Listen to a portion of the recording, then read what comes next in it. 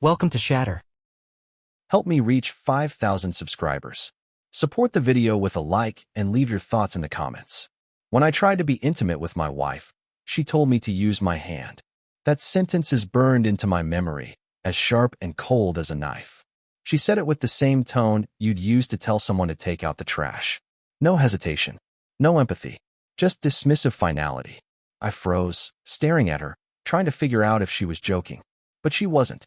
She turned away, scrolling through her iPhone like the moment never even happened. I didn't argue. I didn't beg. I didn't ask why.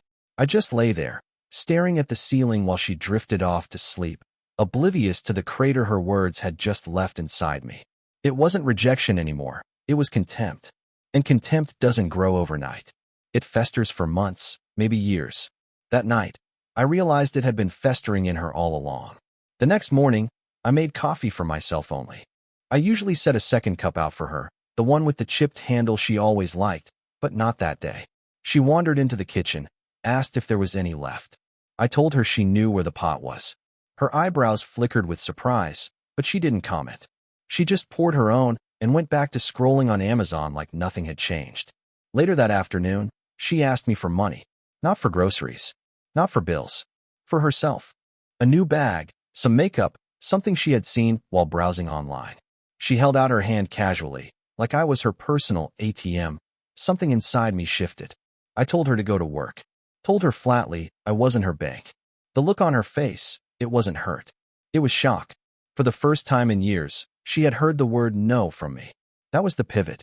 The air between us turned heavy. She tried to laugh it off, but her laugh cracked halfway through. She mumbled something about me being in a mood, but I stayed silent. Silence was heavier than any argument. Silence told her more than words ever could, that the game had changed. That night, I stayed up late, sitting at the dining table in the dark, thinking. She thought intimacy was disposable, something she could ration out when it suited her. She thought my role was to provide endlessly, without expectation, without need. She thought I'd keep playing along. But she was wrong. The man she dismissed was already gone, and the man sitting in the dark was someone she had never met before, someone who didn't ask, didn't beg, didn't chase. Someone who acted. And for the first time in a long time, I felt the calm that comes with absolute clarity. The shift started with the smallest things. I stopped making her coffee in the mornings. I stopped filling up her car when the tank was low. For years, those had been invisible habits, things I did without her even noticing. Now, the absence of them spoke louder than any words. She came downstairs one morning, late as usual, and found me already dressed for work. She glanced at the counter, expecting her cup waiting for her. It wasn't there. She frowned, opened the cupboard, and poured her own. She didn't say anything, but the silence between us carried weight. At dinner, I ate without asking if she wanted me to set a plate for her. I made myself a simple meal, nothing special, and took it to the back patio. She came into the kitchen later, standing in the doorway with her phone in her hand, watching me through the glass. I didn't invite her out. I didn't even look up. For years, I had built the bridge between us every day, brick by brick, gesture by gesture. Now I was dismantling it, and she was realizing she couldn't cross on her own. By the end of the week, she started probing. She asked why the housekeeper hadn't been paid. She asked why the lawn service hadn't come. I shrugged and told her maybe it was her turn to handle those things. Her lips pressed into a thin line, and she muttered that I was being childish. I didn't argue. I just let the silence close in again. She tried a different tactic the next night. She dressed up, not for me, but for some imagined audience. Makeup on, hair curled, perfume lingering in the hallway. She breezed past me on her way out, announcing she was meeting a friend. Normally, I would have asked who, where, when. I would have waited up. Not this time. I just nodded once and kept reading. She hesitated at the door, clearly expecting a reaction. When none came, she left, slamming the door harder than she needed to. When she returned later that night, I was asleep. Or at least I looked like I was. She stood at the edge of the bed, waiting for me to stir, waiting for me to ask where she'd been. I stayed still, my breathing steady. Eventually, she crawled into bed, shifting restlessly, but I didn't turn toward her. The message was clear. Her choices no longer held me hostage. She had dismissed me with one cruel sentence. Now, my silence was dismissing her back. And unlike her, I wasn't rationing affection. I was cutting the supply off completely. It didn't take long for her to notice I was slipping out of her orbit. At first, she thought it was routine, longer hours at work, an extra stop at the gym. But then she realized I wasn't rushing home anymore. Some nights, I'd eat at Waffle House or grab a drink with coworkers. Other nights, I'd just take my time, driving the long way back, the hum of the truck giving me space to breathe. By the time I walked through the door, she was already waiting, arms crossed, her questions sharp. She asked where I'd been, who I was with. I shrugged and said with people. That word, so vague, cut deeper than anything else. She wasn't used to being on the other side of silence. For years, she had rationed attention like currency, keeping me guessing, always chasing. Now she was the one left wondering. I saw it in her eyes, the way they flickered with suspicion when I slipped my phone into my pocket, the way she lingered by the window when I pulled out of the driveway. She didn't trust the distance, because for the first time, the distance wasn't hers to control. She tried to reassert herself. One evening, she put on a show in the kitchen, plating takeout like it was homemade, pouring a glass of wine and sliding it across the table toward me. She spoke softer than usual, almost sweet, like she was trying to rewind us back to when I still played the grateful husband. I thanked her, finished the meal, and excused myself without lingering. She sat there alone, her hand wrapped around the stem of the glass, staring at the empty chair across from her. The next day, she dressed sharper, sprayed perfume heavier, and made sure I saw her leaving the house in heels. She wanted me to ask where she was going.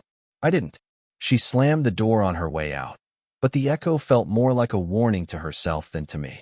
That night, she came home later than usual, her tone brittle, her eyes searching mine for evidence of jealousy. I gave her nothing, just a calm nod before turning back to my book. For the first time, I saw fear flicker behind her irritation.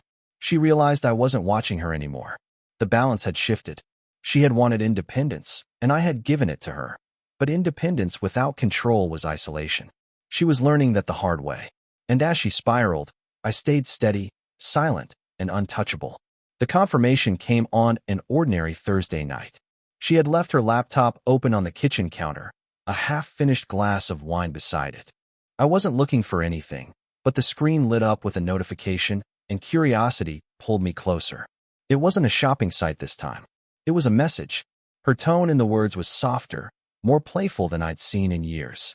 It wasn't written for me. I didn't scroll. I didn't need to. One glance was enough to tell me what I had already suspected. There was someone else orbiting her life, someone she thought she could keep in the shadows. My chest didn't tighten, and I didn't feel rage. I just felt clarity. For months, she had rationed affection, reduced me to a role, then dismissed me outright. Now she was handing her energy to someone else, and it confirmed what I had already known deep down. I closed the laptop, set it exactly where she had left it, and went upstairs. She came up later, humming to herself, and crawled into bed without a second thought. I watched her, calm, detached, and something in me shifted again. This wasn't my problem anymore. This was hers. The next day, I started making quiet moves.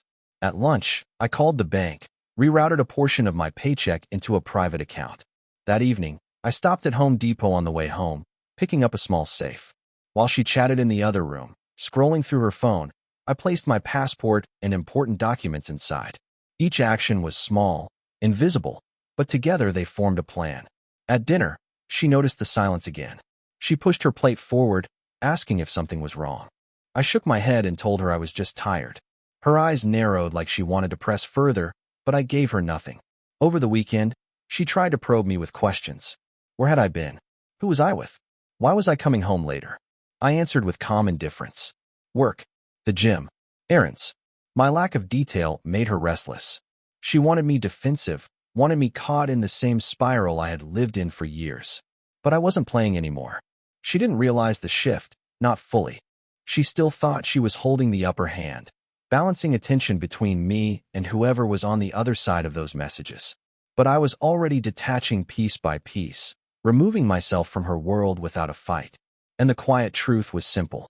She thought she was hiding secrets. But I had already stepped so far away that her secrets couldn't touch me anymore. I didn't need to know much about him to understand the type. A man who moved in shadows, eager to scoop up what didn't belong to him, convinced he was smarter than everyone else. But arrogance leaves trails. and arrogance makes mistakes. A quick search gave me enough: his name, his company, the surface of a reputation he had worked too hard to polish. I didn't confront her, and I didn't confront him.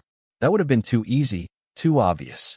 Instead, I began collecting the little pieces that were already scattered in plain sight. Public records, online reviews, whispers buried in comment sections. I pieced them together, and the image wasn't flattering. Lawsuits that had been quietly settled. Debts shuffled between companies. Late filings with the state. A facade built on sand. One evening, while she thought I was upstairs, I slipped into the office and printed a handful of those documents. Nothing dramatic, just facts, neat and cold. Later that night, while she was lost in a Netflix show, I sealed them in an envelope and slid it into the right mailbox on my way out for a drive. I didn't need to know exactly how it would unfold. I just knew pressure finds the weakest walls, and his walls were already cracked. Days later, the tension reached her. She came home anxious, pacing the kitchen, muttering into her phone. She snapped that people were spreading lies, that he didn't deserve what was happening. Her voice shook, her hands trembled. I sat at the table with my coffee, calm, nodding occasionally, offering no help. She didn't notice the way my silence cut deeper than any accusation ever could. By the end of the week, she was unraveling faster. She dressed quickly, leaving the house without explanation, and returned late, looking drained, her mascara smudged, her expression brittle. She searched my eyes for questions, for jealousy, for anything that told her I cared. I gave her nothing. Just a quiet acknowledgement before turning away. She didn't realize what was happening yet. She thought she was fighting against nameless rumors, random attacks. She thought she was holding everything together with late-night phone calls and frantic explanations. What she didn't see was that the floor beneath her was already collapsing, and I didn't have to lift a hand against her. I only had to stand still and watch while the man she trusted most outside our home fell apart under the weight of his own life. She had built her cage for me. Now she was the one trapped inside it. It's one thing to lose control inside your own house. It's another when the outside world begins to notice. For years, she thrived on image. Friends saw her as polished, untouchable, someone who always had her life together. I had been part of that performance, smiling at dinners, covering the cracks, filling in the silences. Without me, the mask didn't hold. The first sign came at a brunch with her friends. I sat through their chatter, my presence quiet but heavy. When she tried to tell a story, exaggerating details to make herself look superior, I didn't nod or laugh at the right moments. Her voice stumbled. Her friends' eyes darted between us, confused. One of them finally asked if everything was all right. She laughed too loudly, brushing it off, but her hand trembled as she lifted her glass. The crack was visible. At her parents' house a week later, it deepened. We sat around the dinner table, her mother asking about work, her father watching silently. She filled the air with rehearsed lines, painting herself as the perfect wife holding everything together. Then her father leaned forward and asked if she really thought no one would notice. The words landed like a hammer. She froze, her fork halfway to her mouth, searching for me to rescue her. I stayed silent, cutting my steak calmly, not meeting her eyes. She was alone in that moment, exposed without me shielding her. Even in casual settings, the shift was obvious. At a neighbor's barbecue, she reached for my hand to display affection, but I didn't move. Her fingers hovered awkwardly in the air before retreating. A couple standing nearby caught the gesture, their glance sharp, their conversation slowing. She felt it immediately, the weight of being seen without the illusion she once controlled. At home, the pressure built. She grew sharper, slamming doors, clattering dishes, trying to bait me into confrontation. I didn't bite. Each silence pushed her further into isolation. She reached for her phone constantly, but the replies from friends grew shorter, colder. Invitations stopped coming. The people who once orbited her were drifting away. And through it all, I remained steady, cold, untouchable. I didn't shout. I didn't accuse. I didn't comfort. I let the silence and the world around her do the work for me. She had always believed my worth came from how much I gave her. Now, with nothing left to take, she was beginning to understand how empty her stage looked without me standing in the wings. Her isolation grew like a shadow she couldn't escape. The calls she made to her friends went unanswered. The group chats that once buzzed with constant chatter now left her messages on read. She tried harder, tagging them on Facebook, posting pictures meant to show she was still in control. But the silence was telling. No likes, no comments, no validation. Her family wasn't any better. Her sister, once her closest confidant, had grown tired of the dramatics. She visited less, answered texts with single words, and eventually stopped showing up altogether. Her parents, too, had shifted. Her mother's tone was sharp, clipped with disappointment. Her father remained quiet, his silence heavier than words. She was losing them, one by one, and she couldn't stop it. Even the man she had leaned on, the one she thought gave her a secret escape, was gone. I didn't need to know the details. I could see it in her face. The late-night phone calls stopped. The secret smiles vanished. She came home empty-handed, eyes red, her body language brittle. Whoever he was, he had disappeared when the pressure mounted. She had placed her trust in him, and he left her holding the weight alone. And still, she had me in the same house. But I wasn't her lifeline anymore. I had turned into something else entirely, a reminder. I moved around her quietly, calm, composed, never raising my voice, never offering comfort. She would try to catch my eyes, searching for something left to hold on to. I gave her nothing, just silence. The nights became the worst for her. She lingered at the edge of the bed, her breathing uneven, her hand twitching as if she wanted to reach for me. But she didn't. She knew what would happen if she tried. My back turned, my silence sharp. She would pull away, curling into herself, staring into the dark with no one to answer her thoughts. One evening, I found her sitting on the couch, lights off, glass of wine untouched on the table. She didn't look up when I walked past.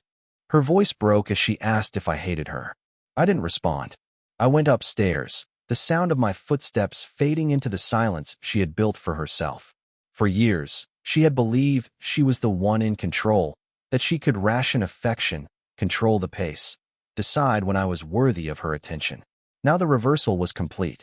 She was the one rationed down to scraps of my presence, desperate for something I had already taken away for good. And I didn't need to leave the house to make her feel abandoned. She was already alone, surrounded by walls she had built herself. The confrontation was inevitable. She couldn't stand the silence anymore. One night, she cornered me in the kitchen, her voice trembling between anger and desperation. She said she couldn't recognize me, that I had turned into someone cold, someone unfeeling. She demanded to know if there was someone else, demanded to know why I had stopped caring. I didn't raise my voice. I didn't even shift my stance. I stood with my back against the counter, arms crossed, listening to her unravel. Every word she threw at me was meant to provoke, to spark the old cycle of shouting and apologies, of fights followed by reconciliation. But that cycle was dead. I let her words fall flat against the quiet. When she realized her accusations weren't working, she switched tactics.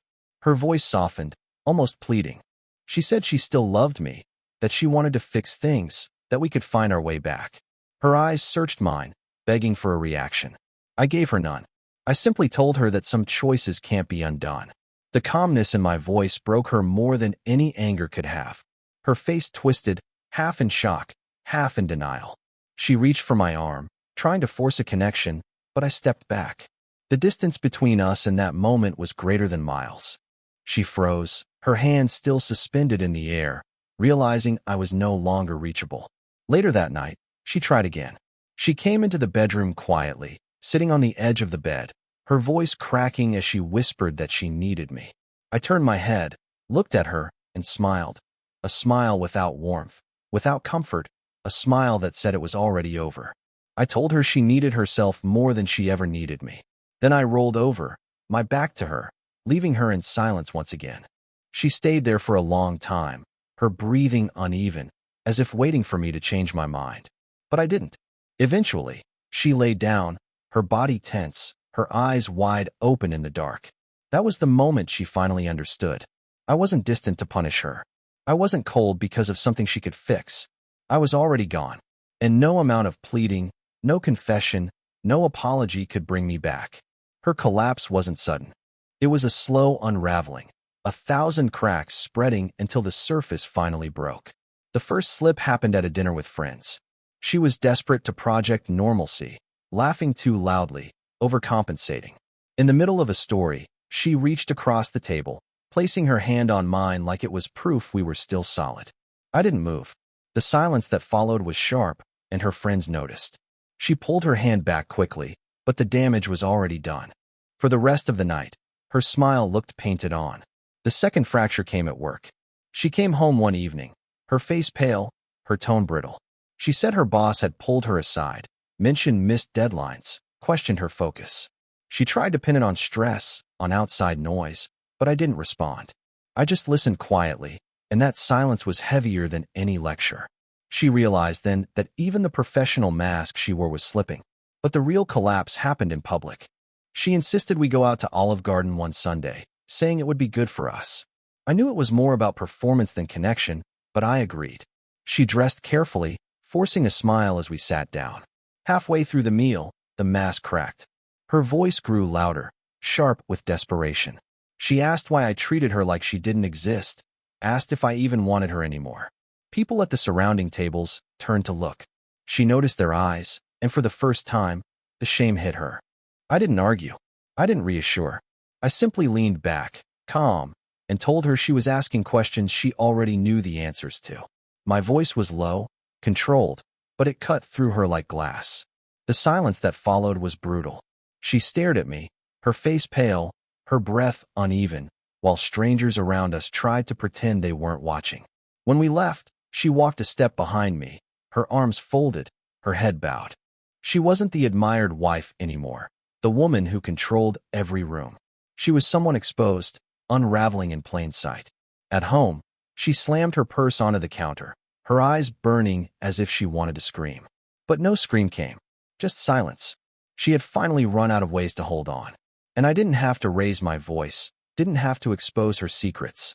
She did it herself, in front of everyone, all while I remained calm, distant, untouchable. The end wasn't loud. It wasn't a storm, or a fight, or a scene. It was quiet, almost ordinary. By then, she had already exhausted herself trying to claw back what she had lost. The desperate gestures, the sudden bursts of sweetness, the sharp accusations, all of it had burned out. What remained was a hollow shell of the woman who once believed she could ration affection and control love like currency. I had already prepared everything. The documents were signed, the accounts separated, the new place ready.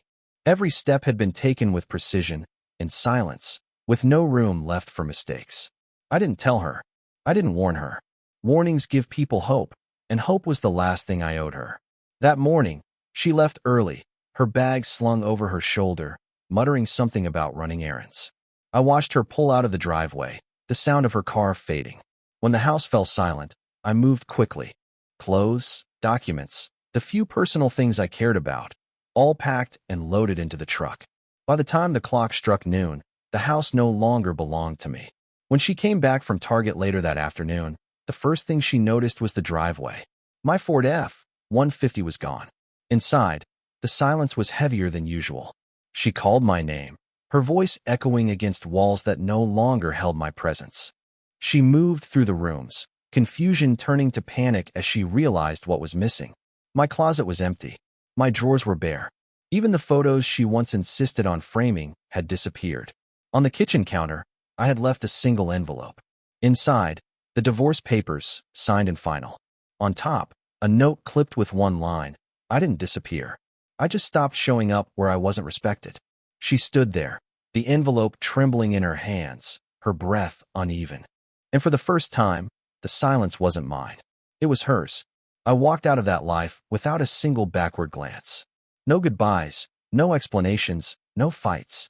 Just a clean break, sharp and final, the kind that leaves no space for return.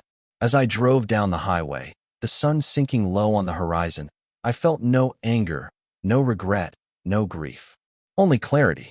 She thought she had built a cage for me. What she never realized was that I had been holding the key all along. And the moment I chose to use it, I wasn't just free. I was untouchable. What would you have done in my place? If the story hit you, leave a like.